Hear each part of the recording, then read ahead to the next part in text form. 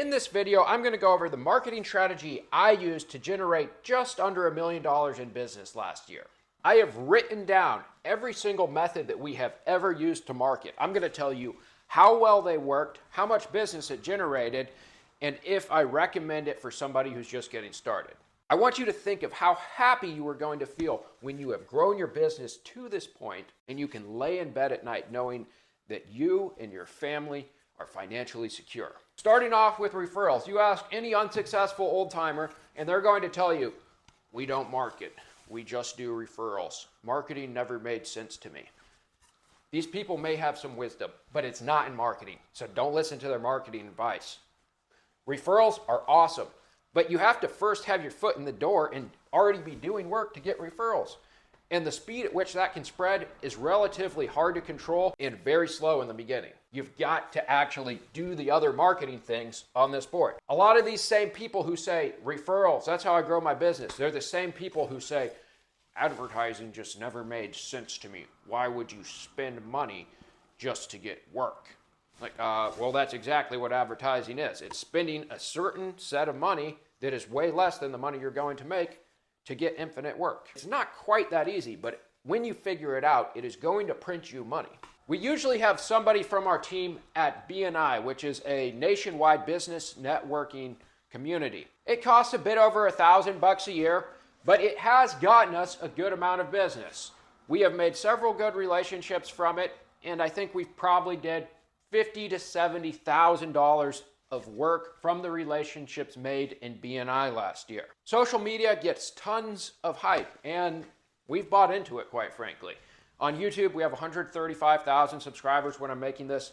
Instagram, we have 10,000, and TikTok, we have almost 40,000. Facebook, we have 12,000. So we have almost 200,000 subscribers/followers across platforms. With 100 million views and 200,000 followers on social, we're just slammed from it, right?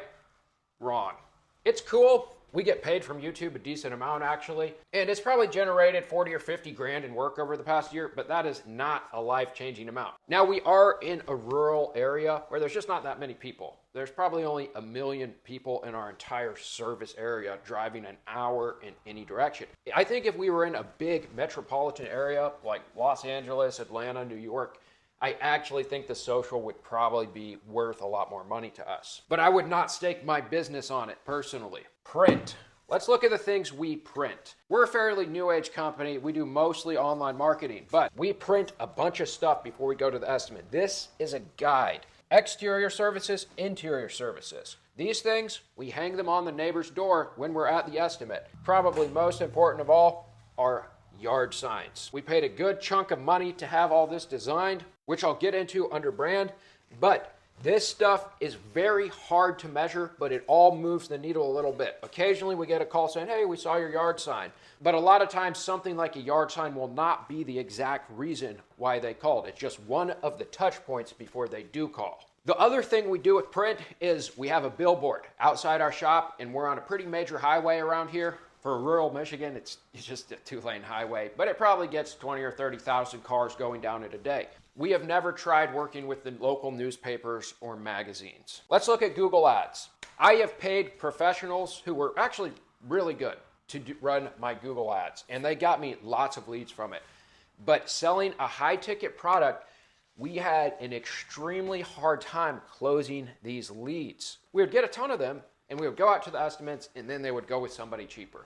It did not work very well for us. Now, I see plumbers and HVAC guys absolutely crushing it with Google Ads.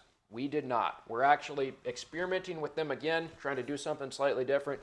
We'll see how it goes. But as of right now, for selling a luxury service, I would stay away from spending a bunch of money on those. Facebook ads. We're actually doing quite well with Facebook ads right now. We have a lead magnet, which is a guide to hardwood floors. It took a very long time to write. It's like 70 pages. It explains everything, has a bunch of example photos, and we give that away in exchange for an email. We run that to 2 local counties, and it's been downloaded a bunch of times over the past few weeks. The amount of people who stop by our showroom and say, hey, I want to buy flooring, hey, I want to quote, which I can see is a direct link to that. Angie Leads. I don't use Angie Leads anymore, but that is how I got started. Angie Leads is going to give you a bunch of price shopping customers, but in the beginning, You just need reviews, you need experience, and I probably did my first 20 or 30 projects mostly off Angie Leads. Moving over to SEO, I have bet big on SEO. I hired a company about a year and a half ago that built our website, and they do our SEO professionally. This cost me $1,800 a month. That's a big investment for a company of our size.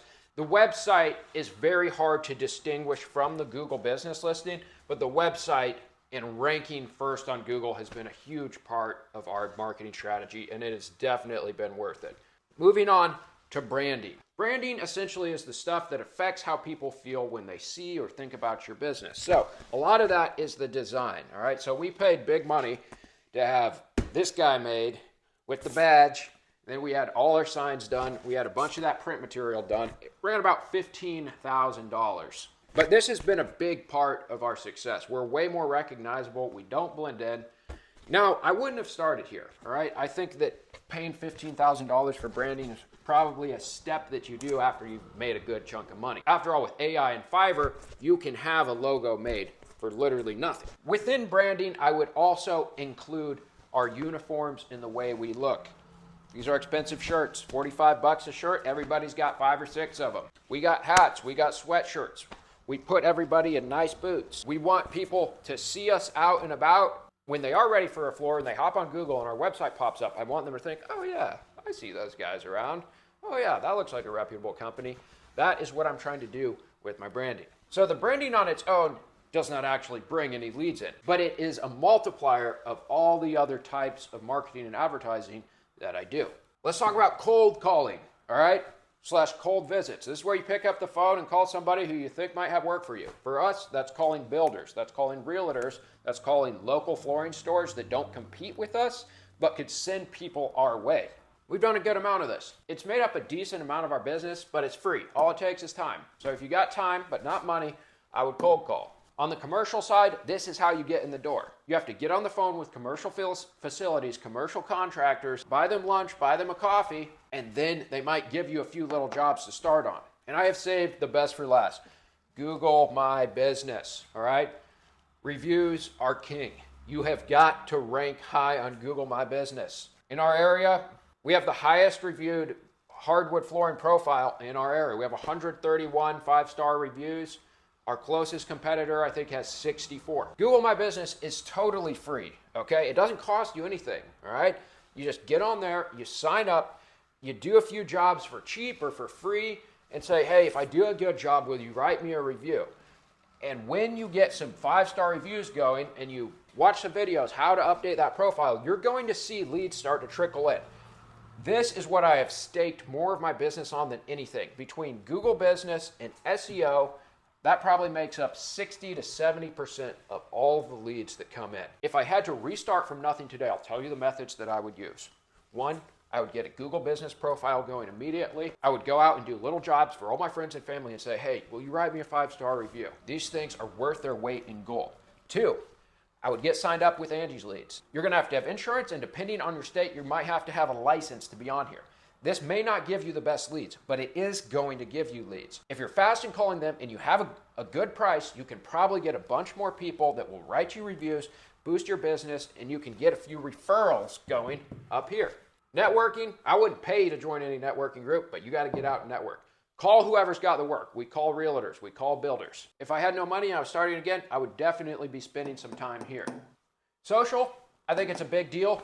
As millennials and Gen Z get older, social is going to crush. But as of right now, millennials and Gen Z do not own a lot of the houses around here. And honestly, we're working mostly for Gen X and baby boomers. They are on Facebook though. Anyways, guys, I hope this was helpful. If you like this, check out some of the other videos popping up on your screen. Thanks for watching.